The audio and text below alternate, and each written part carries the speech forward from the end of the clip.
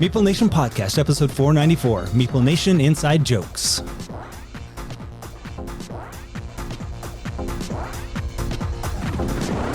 Welcome, citizens, to Meeple Nation. Grab your favorite beverage, pull up a chair, warm up those dice, and join us at the game table as we discuss board games and the board gaming world. Each week, the hosts of Meeple Nation share their love for board games and the amazing memories that come from playing games with some very outstanding people. Let us now join our hosts in their natural habitat, the game table. Meeple Nation is sponsored by GameToppersLLC.com. If you haven't been to GameToppersLLC.com yet, shame on you. Shame on your family. Get to GameToppersLLC.com. We've been telling you to for so long. They've got amazing products that you will love, you will not regret. And it happened. Dang it. Yes, we were waiting for it. Yeah, I was going to say we held off just for that. I think that's number one on the list. Dang it. Game Toppers is awesome. We do love our Game Toppers.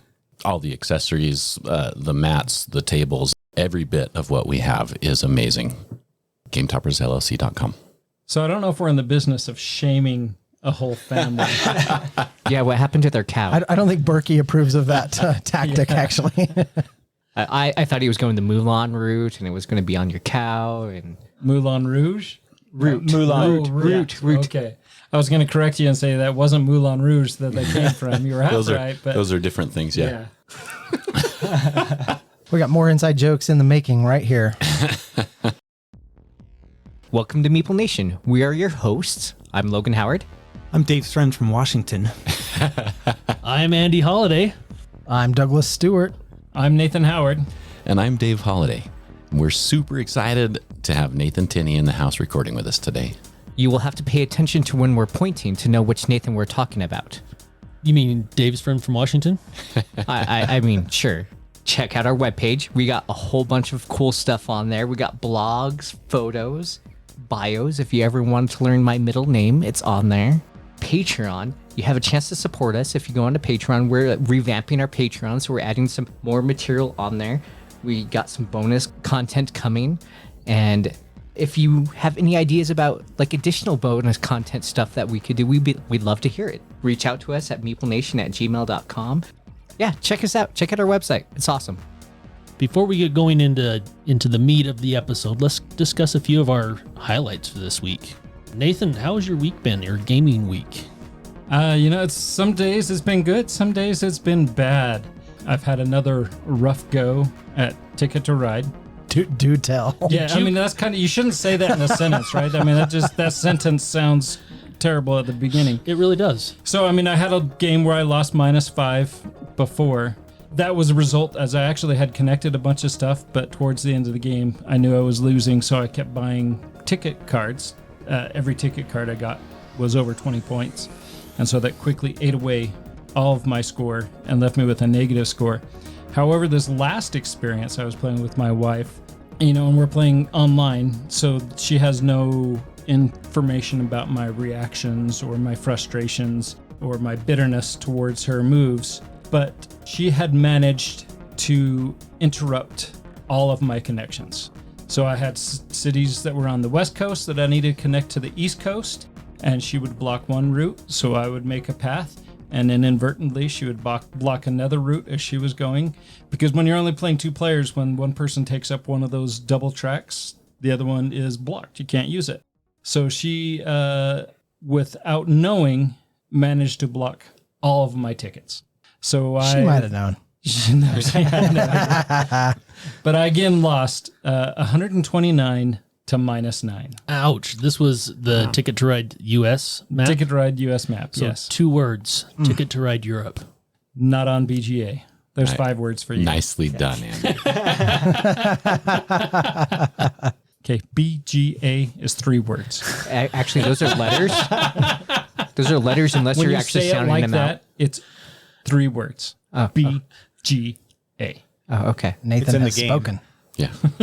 I don't think that's a house rule. I mean, That is definitely not a house rule. right. I'm not Those gonna are argue. forbidden. What other, who else has some highlights? ooh, I have one. Okay. So we had a chance to play Harry Potter, and I found out what a superior Neville Longbottom Doug is. It's true. Yeah, he found that out because I was the Neville Longbottom in that particular game, and apparently I failed. You're Yeah. just Neville in training. It's all good. Took 2 games for him to heal me at all. Wow.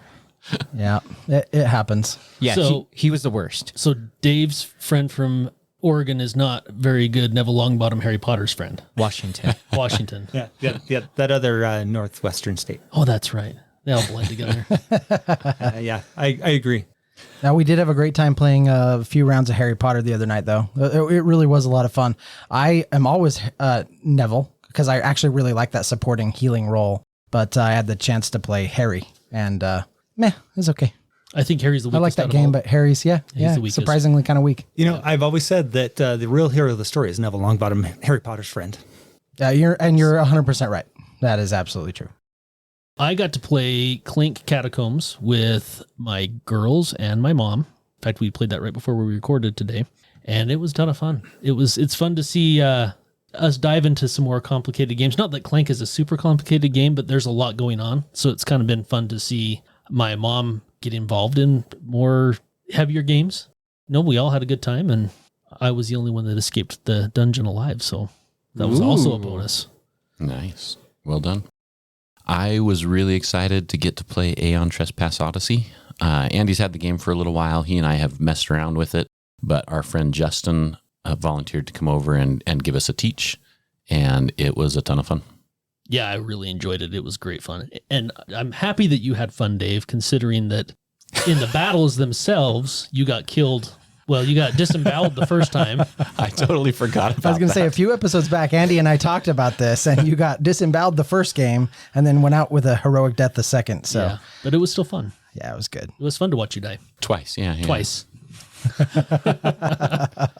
I was the real hero of that story as well. That's true. At least the second time. the second time you were.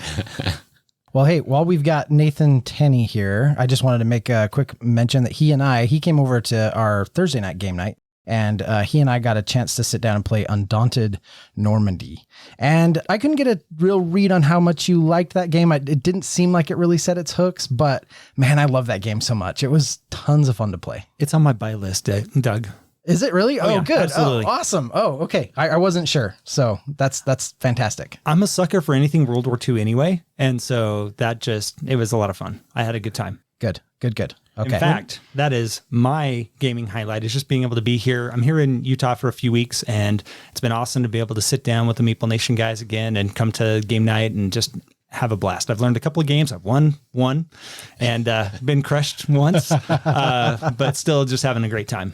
So the real question is, how many first turns did you squander? All of them, Nathan. I always squander my first turn. It's just how I roll.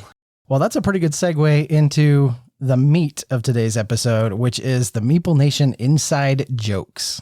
I'm pretty excited to talk about this one. Yeah, we reference these things all the time, and I don't know that all of our listeners always understand what it is we're talking about. This was a request from Monique that a topic that we could talk about was some of our inside jokes.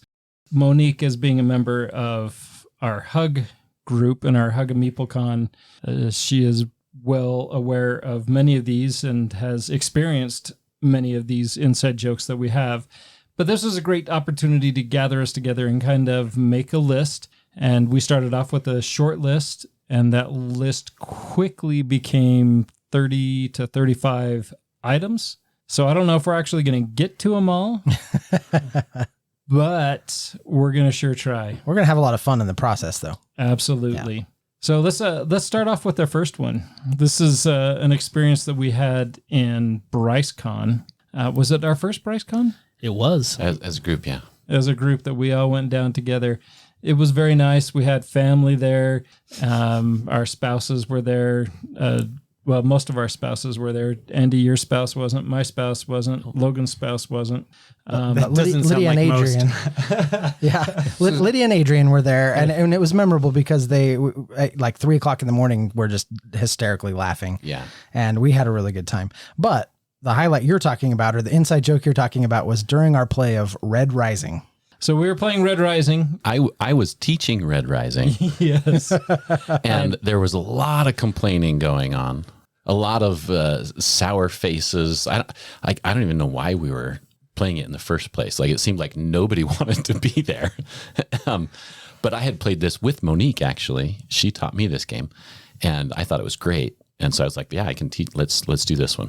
Well, for like 3 players, it is actually a decent game. But we had all 6 of us gathered around the table. It was too many. It was going too long. And I think people stayed up too late the night before. And there was definitely some grumps at the table.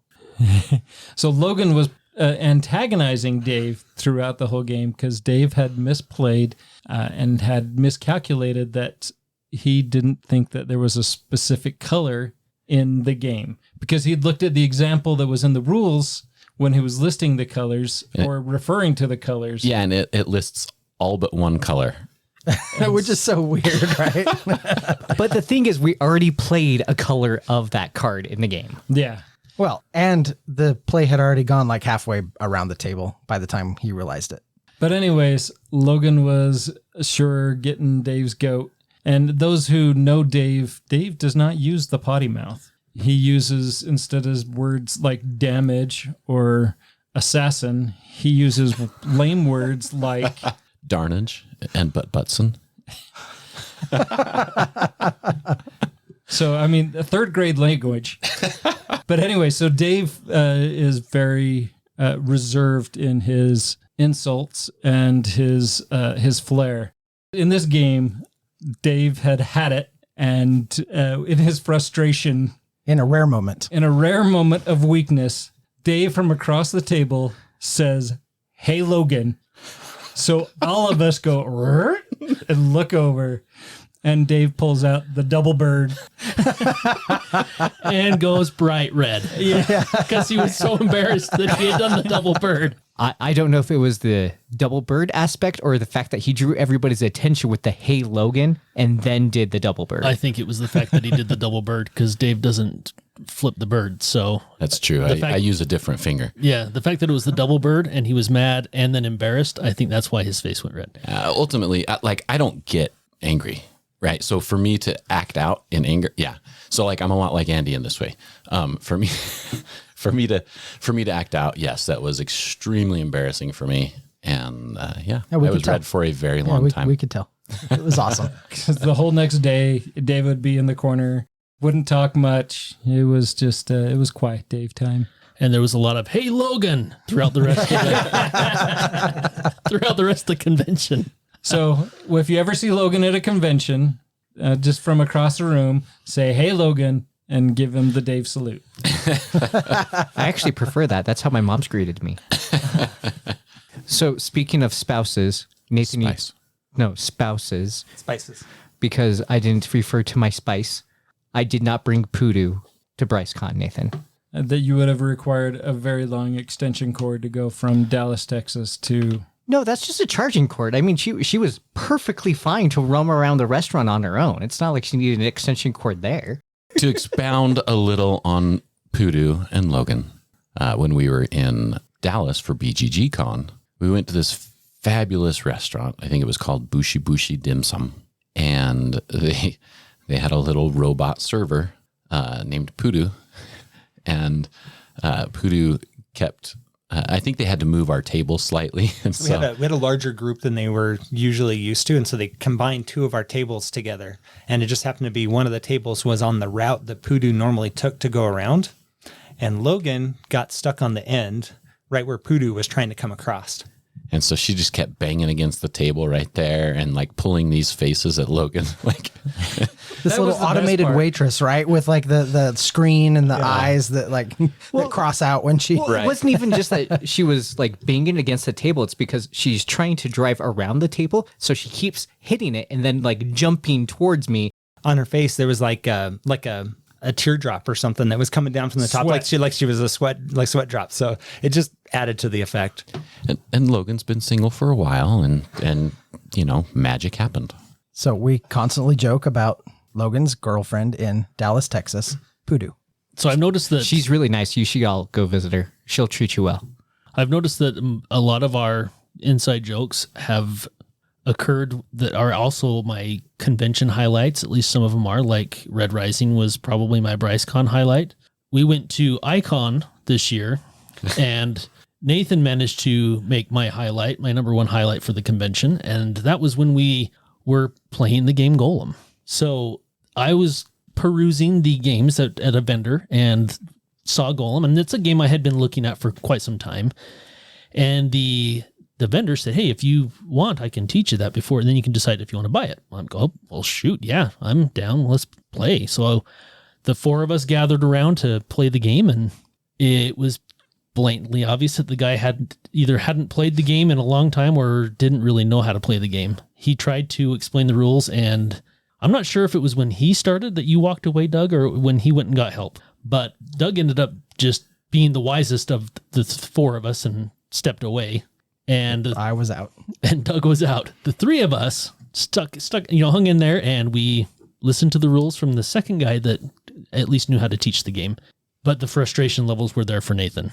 And we were playing the game. As we said, Dave likes to use third grader language quite often, and was doing that during the entire game, and had gotten Nathan's gander up a little bit, and he kind of went off on him, and it was great. Our youngest child, Briggs, well, you know how kids are, right? Kids will say things in a cute way, and you're like, gosh, I don't want to teach him the right way of saying that, because then he's going to stop saying it the cute way.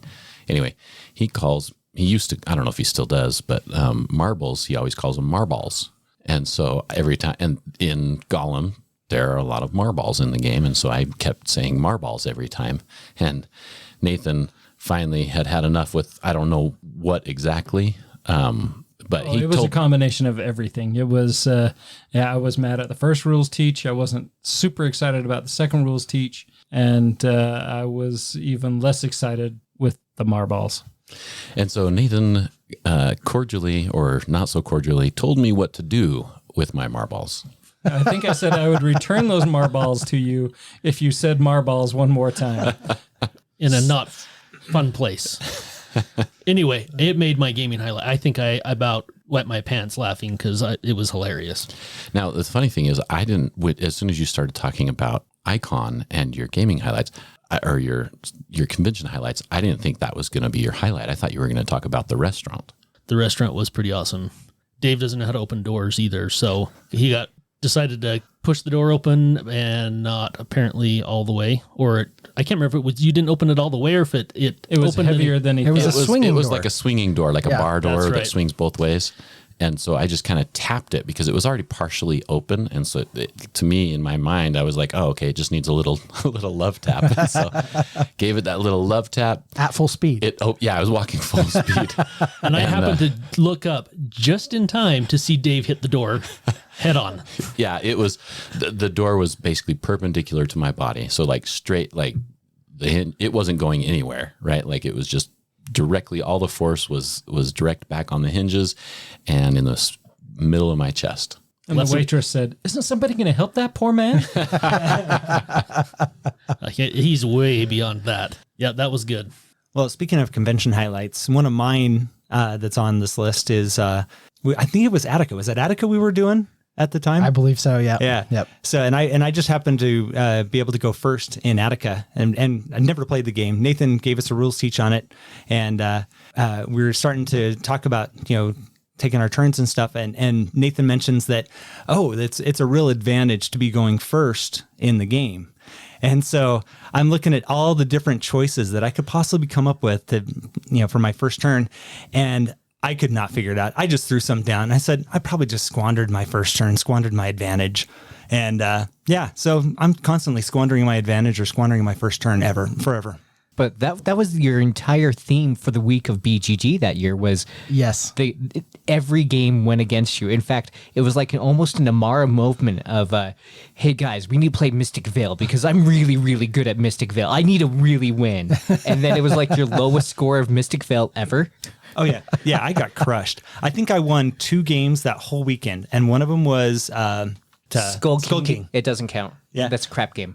Skull King, and then I think I won one game of, what game was it that we were playing in the airport? It's like almost the last thing we did. I won one game of Corsair. Yeah. Corsari. And that was it. Yeah. Well, it was just that it was a funny moment where you were talking about squandering your first turn, and then for the rest of the weekend had some comically bad first turns and games, and it just became the running gag of that convention. It was awesome. So something that we've brought up in the past, brought it up a number of times actually, is Doug and his 13-point loss. So we played a game of Dune Imperium, and it was a very close game. And it was a very close game between Doug and I. Everybody else was lagging quite a ways behind. And Doug, while we were playing the game, had casually picked up the rules to review what broke the tie. And breaking the tie was having, Spice. Having the most spice. Yep. And so he had a surplus of spice. And I wasn't aware of this. And so when the game ended, and Doug's like, oh, hey, I won. I got the most spice. We tied 13 points. But I have more spice than you because I don't think I had any. And so I was like, oh, that's kind of a bummer. I guess that's okay. And then unbeknownst to me at the time, and just as we were almost to the point of cleaning up the game, I picked up one of my technology tiles that allowed me to break all ties. Well, and it was, you had picked up that technology because of the bonus that it gave you. It let you draw cards, those intrigue cards. Yep. And you had picked it up for that. It had absolutely nothing to do with the actual ability on the tile. It was a cheaper tile. Yeah, I never even tile. read the Who text designed on that it. dumb game anyway? It was one of those tiles that got introduced in the Rise of Ix expansion. And you were just excited to have the cards and everything. And I thought I was going to win. And then I was like, okay, well, if it comes down to a tie, I need to stockpile spice. All right, I've got this in the bag. And it was actually Andy who was like, oh, actually, this technology says wins ties at the end of the game. I was like, oh, you gotta be kidding me. So we always try to bring up Doug's 13-point loss. Yeah, thanks a lot. One of my favorite of our inside jokes, I think it probably is my favorite. We should have looked up the episodes so we could have referenced it, but a past episode, it's been a while now, Andy was introducing the episode, and I don't know how it happened, but it was amazing. And Andy says something along the lines of, this week, we're going to begin talking about our discussion of talking about... discussing our discussions of... He had to restart it like 5 times and kept getting it wrong. Yeah, it was like me doing the sponsorship. It was bad, and it was just one sentence, so it was, yeah. And unfortunately, my version of that introduction stayed in our show notes for A long year, time. Yeah. something like that, just to rub it in. Yeah. It was, and people who've listened it's made it through several episodes where we're beginning our discussion of discussing games. Yeah. So my oldest child is a very innocent girl, and when she burns somebody, she does it out of complete ignorance and innocence. It really, really turns out being hilarious. And, we've already discussed Harry Potter once during this podcast. I'm going to bring it up again. It was Dave Logan, Amara, and myself playing Harry Potter, the Battle of Hogwarts. Hogwarts Battle. And we had won that year. I can't remember if it was the entire game or we'd finished the game or if it was just that year that we finished. And Dave was celebrating and said, yay, the good guys won. And my daughter Amara pipes up, Dave, you won too. And she had no idea. We started laughing and she's like, what? No, that's my favorite thing though with her too, is quite often she'll just laugh along with us, not knowing why, and she's just so innocent. Oh, it was like the sickest grandma burn, because that's the only thing like I can equate it to is, grandma says something, you just burn somebody, and you're just like, whoa, grandma. It was the same type of thing. Yep. And not intentional at all. Yeah. It was hilarious. So you may hear a few things along the lines of, Dave, you won too, here and there, just thrown in. So speaking of Amara, one Thursday night when we were playing games, one table was full, and so I opted to go play a game at the other table with Amara. So Amara and I had been playing on the other table, and we'd been playing a series of games, and apparently I had been quite sound at beating her in all those games, and she wanted to play a game that she could demolish me in. So she chose Gizmos. And so, because she's played Gizmos a lot, and she was very excited about it. And so we played Gizmos. and she lost terribly. And she was very upset that she had squandered her first turn, Nathan. Jeez, I don't know what that feels like at all. But yeah, she wanted to play a game that she could demolish me at, and she did not. And then I can't even remember what the game was that we played after that, but it was one that I was going to win quite soundly, and she just mopped the floor with me. And it was kind of funny. So she did get to play a game where she demolished me, but it wasn't Gizmos. Was not just Gizmos. wasn't the one she was expecting. Right. Well, we can't talk about inside jokes without mentioning Dave's deep, amazing variety of accents. I mean, Dave, I don't know if you guys knew this or not, but Dave does voices, right? He does a lot of voice. Oh, wait. No, never mind. no, Sorry. he I heard does- that wrong. It's the one voice. Oh, yeah. No, he does.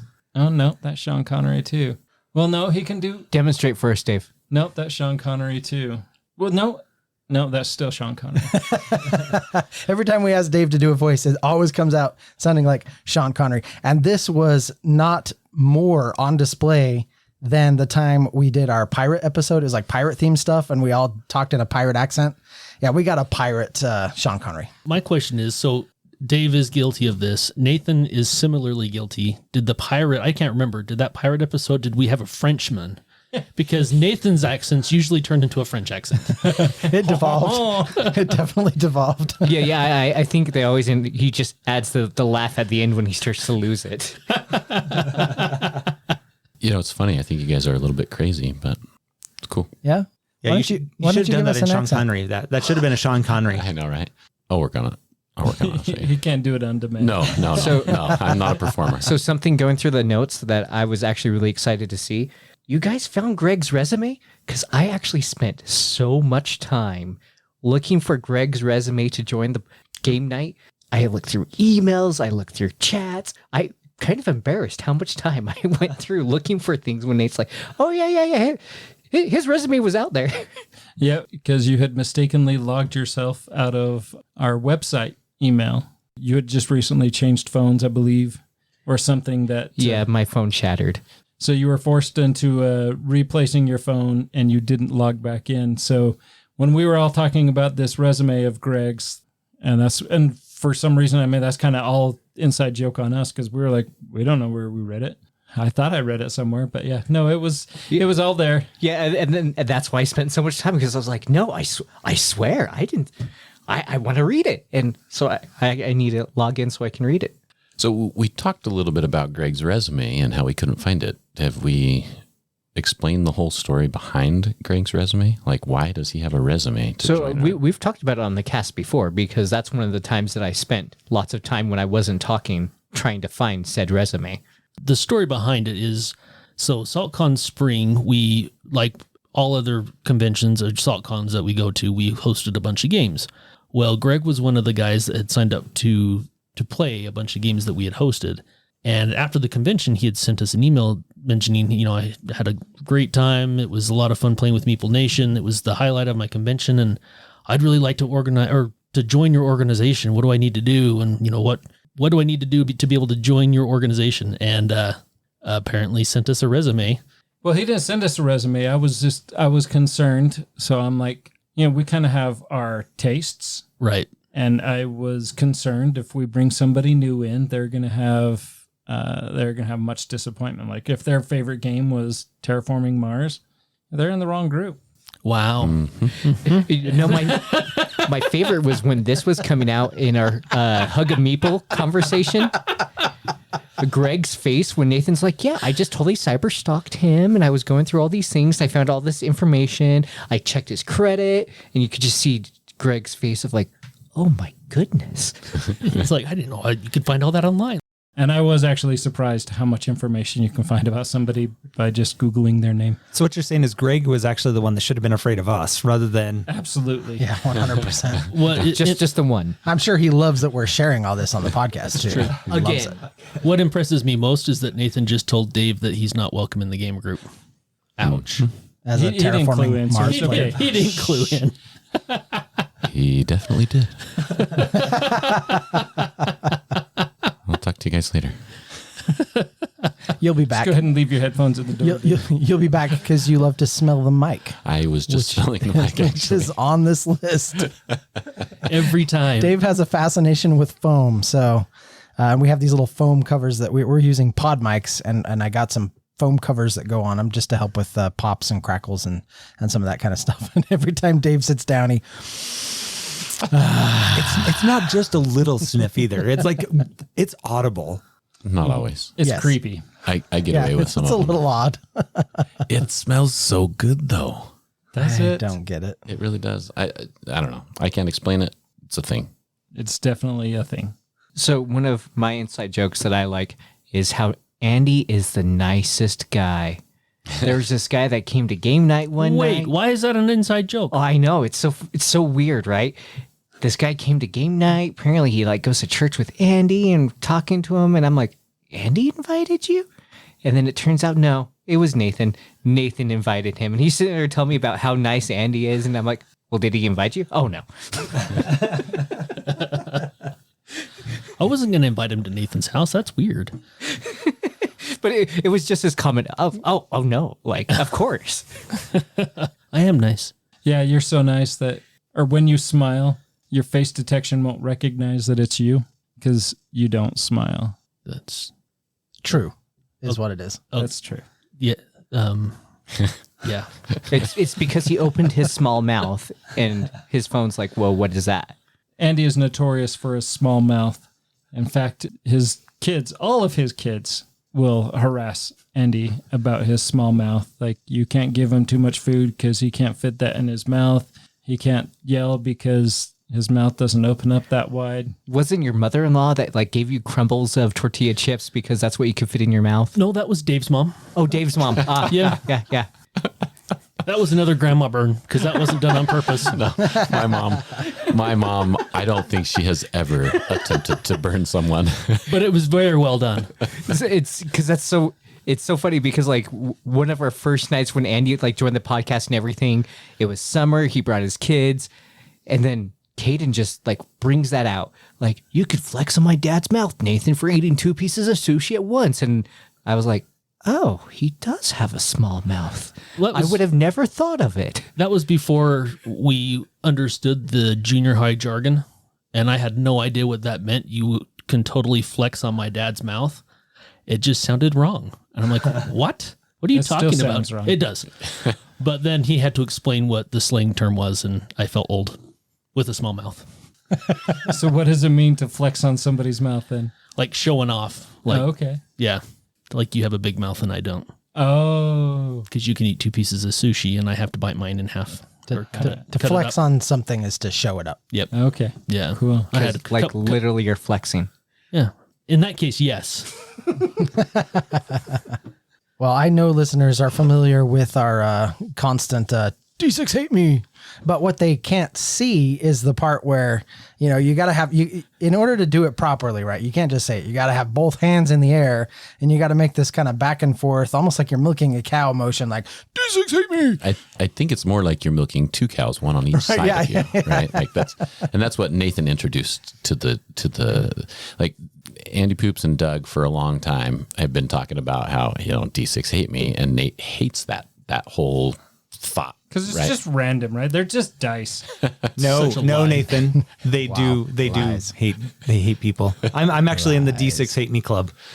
And so Nathan, one day, just out of nowhere, when one of them had a bad roll, Nathan just goes and he's milking the cows and just D6 hate me. And so that's So it just became a from running then on. thing. So every time you hear that on the podcast now, you have to imagine that whoever's saying that is basically like dancing in place, milking those cows. It's Exactly. a dance move. So we teach a lot of games at conventions and we play a lot of games, which means there's usually a rule teach, at least one rule teach going on almost every game night, not every game night, but just about. Little did we know that if we would have years ago, I don't know why we haven't done this yet, and we should have done it years ago. We should have just bought Power Rangers and just learned how to play the dang game so that we would know how to play every other game. Am I wrong? No, you're absolutely right. So Renegade Games, bless their.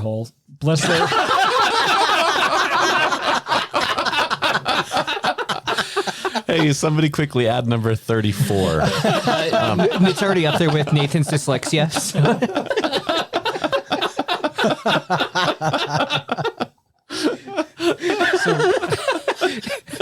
Don't edit that out.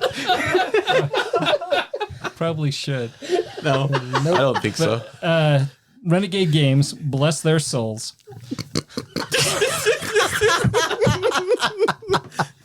The funny thing is, I had no idea you were going to say soul.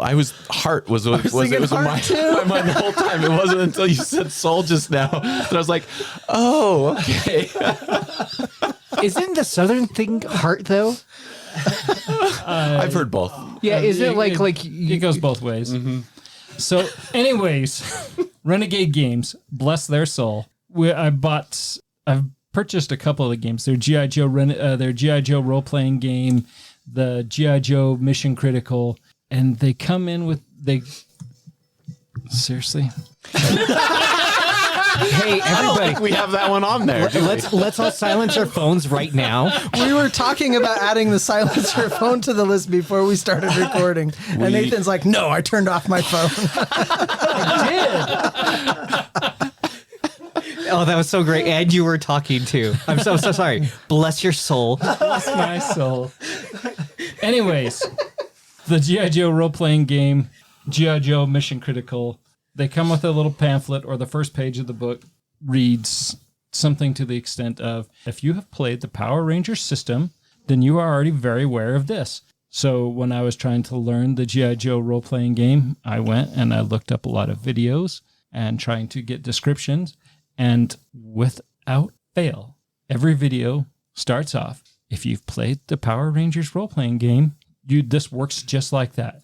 If you've played the Power Ranger this game, it works just like that. G.I. Joe Mission Critical. If you're familiar with the Power Rangers game, I can't even remember the name of the game, then this is very familiar to you.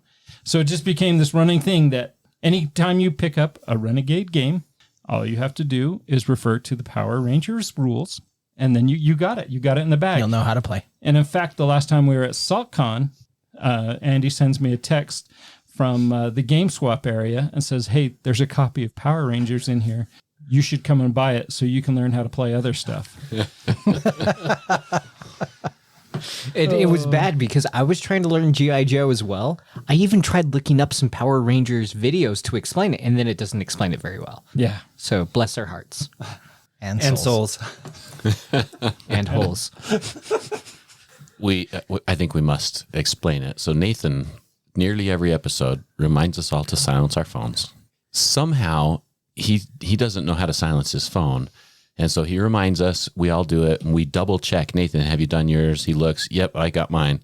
And during the middle of the episode, his phone goes off, and he's always in the middle of the episode. What on earth? How? And so the greatest thing ever, when it just went off just now, it was just perfect. I don't know what you're talking about. What we do.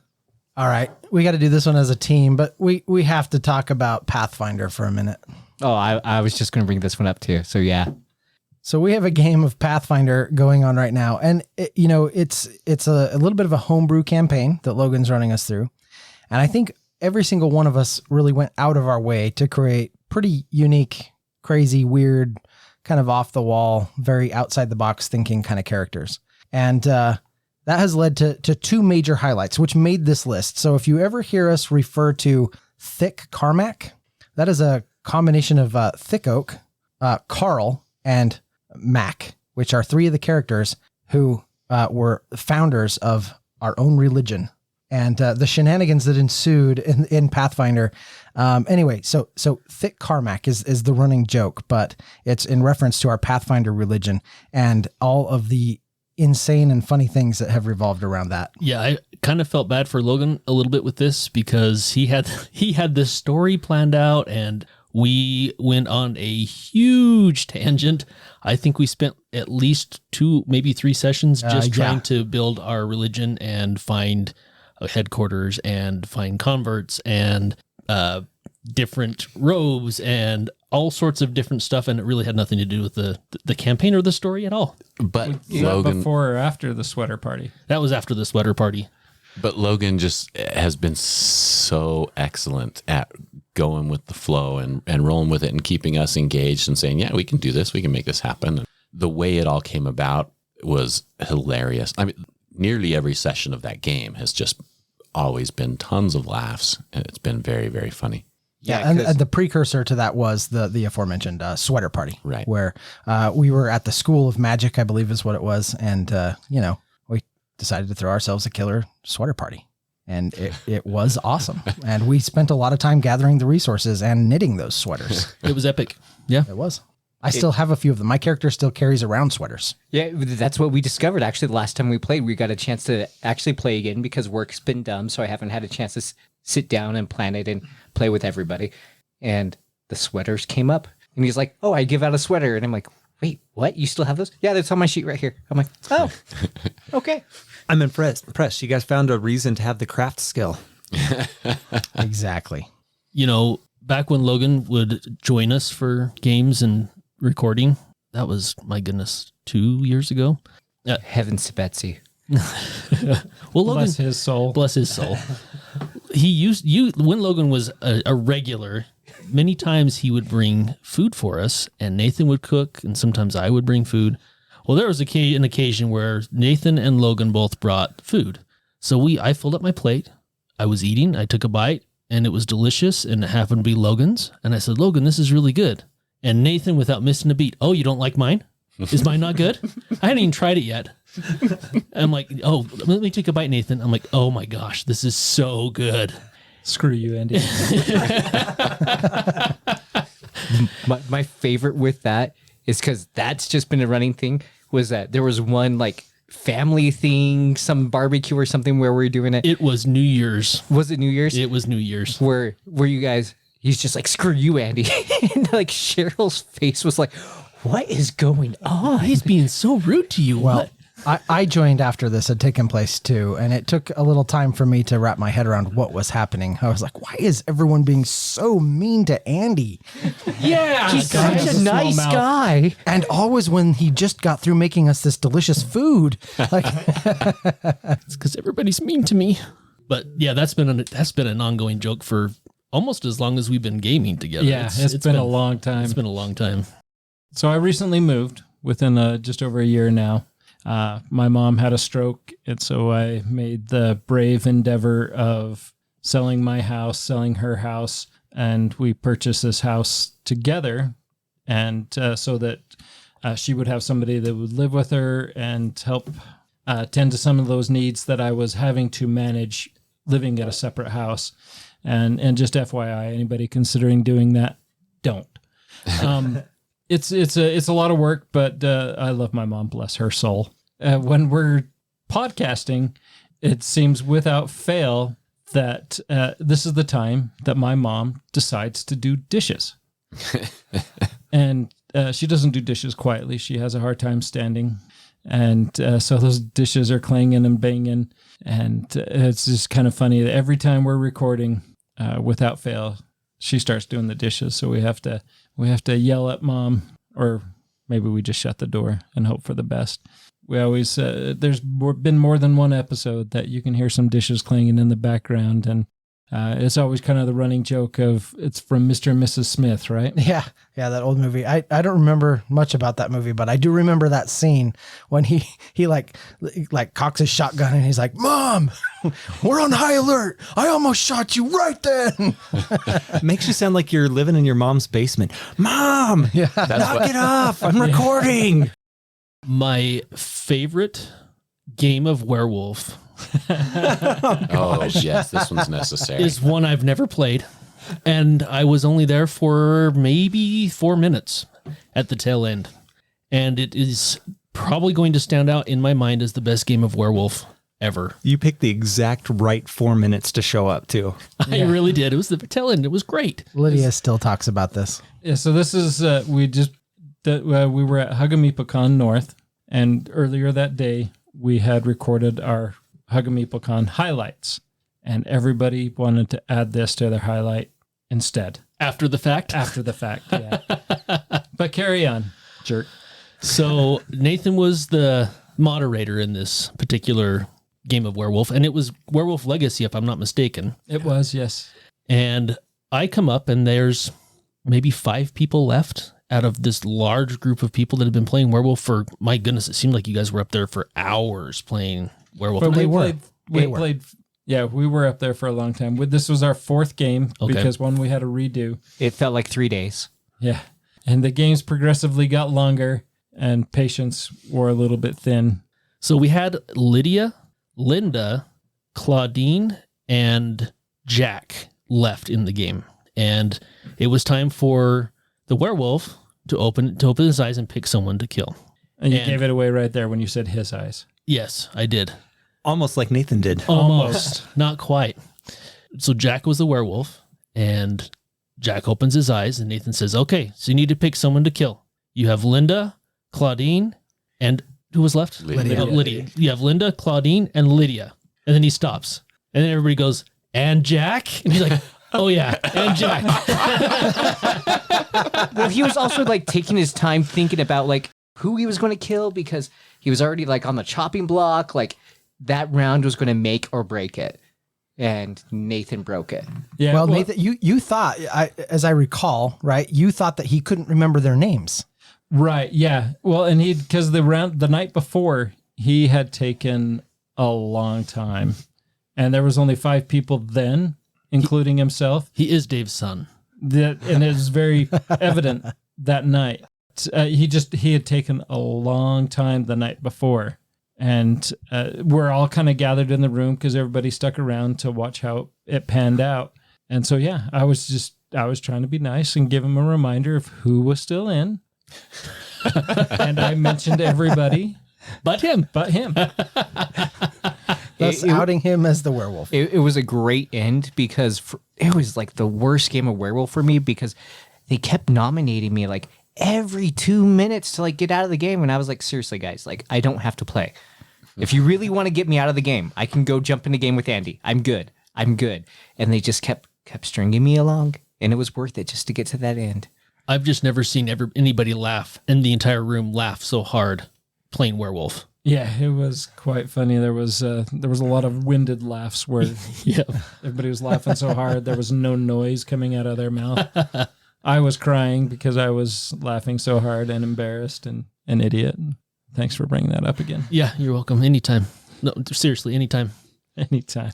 So another one of my favorite ones. This was BGG.com. We've actually already mentioned the game.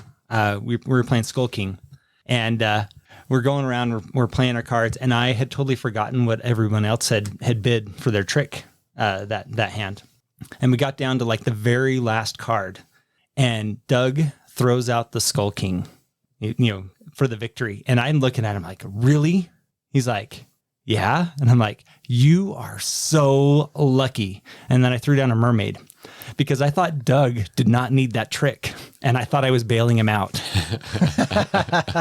That's right, because the mermaid beats the Skull King. Yeah. So I totally thought I was bailing him out. And so I was like, you are so lucky. and Doug's not so much. Doug's like, I wanted that one. Saving the Skull King for that very moment. Yep. And that trick was worth a lot of points too. That was the other thing. It had a lot of bonus points. Yeah. And you took it away from me. Not so lucky. Squandered Doug's last turn. That's right. So one last one that I want to mention was going back up to Idaho to Icon. And we were there. We'd gone out the night before. We were staying at Doug's parents' home, who lives just outside Idaho Falls. And they were nice enough to let us crash there at their house since they weren't home. So Catherine, Doug's sister, was there house sitting for his parents. And she was nice enough. She had scrapped up a little bit of food for us and everything. And we were there talking to her and telling her where we were going. We're going to this Icon. And I mean, she was somewhat aware of it. And so I can't remember. I think it was Dave said something about her inviting her to come along with us. I'm sure there's a ticket. It's only $20. Come along with us. And then she just kind of quickly backpedaled. No, I got this. I got to do this. I got to do this. I got to wash my hair and whatever and all this stuff. And so then I just kind of piped up, wuss wuss. And that has come out as something that happens every night, usually pointed in my direction when where game night is ending. And I'm usually one of the first people to tap out. Like, yeah, I'm done. I'm old. I got to go to bed. And Everyone's like, wuss wuss. yeah. But it's funny. Nate's been doing this for the wuss wuss thing. Like Nathan used to throw that down when other people were leaving at 2 a.m. from old game night 25 years ago. And this was the first time Doug had heard Nathan do this, and Doug just latched onto it. Doug loved it. And so, yeah, he hasn't let him. Anytime someone starts yawning, wuss wuss. Yep. Well, I hope this has satiated your curiosity about some of the random comments we make here at Meeple Nation, for they are inside our minds. And our souls. Not only that, we've created some new inside jokes during the episode. So we hope that it's inside jokes, not just with us, but with all of you as well. Until next week. We'll see you being the butt end of somebody else's joke, or maybe you're just riding the wuss wuss train. Wuss wuss. Thank you for listening and being a part of Meeple Nation. If you would be so kind as to follow, subscribe, share, and rate or review this podcast, it really helps to spread the fun. You can be more involved in supporting the podcast by joining the nation at patreon.com/Meeple Nation, or you can find a link at the top of our webpage, meeplenation.com. And while you're there, look at all our extra content. There are links to all our past episodes, a wide variety of blogs, pictures from our Instagram feed, and bios for all the hosts and our awesome bloggers. Follow us on Twitter, Instagram, and Facebook, all under Meeple Nation. If you would like to chat with the hosts or other members of the nation, you can join our Facebook group, Meeple Nation Off Air. We hope to see you again at a game night, a con, or maybe a suspense-driven evening of werewolf. Thank you for listening and supporting Meeple Nation, and stay tuned for next week's episode. Thank you so much for listening. We very much want to thank our patrons who help keep the podcast running. I personally want to thank my co-hosts for all the help they provide with both content here on the podcast, in addition to what we have available on our website. Without them, the podcast would not happen. If you too would like to support the podcast, you can join the nation at patreon.com/Meeple_Nation. Or you can find a link to Patreon at the top of our webpage, meeplenation.com. If you have any questions, comments, or games you feel should be on our radar, you can always reach us at meeplenation@gmail.com. We can't wait to hear from you. I am grateful to Doug and Andy who helped me edit episodes, and I want to thank James and Kim Clark who do the editing on our blogs and on our webpage, which can be found at meeplenation.com. We want to thank Brain Detergent for our music. If you want to find more from him, you can follow his links that can be found on our webpage, or simply search for Brain Detergent on YouTube to find more of his tracks. Thank you again for listening and being part of the Meeple Nation community.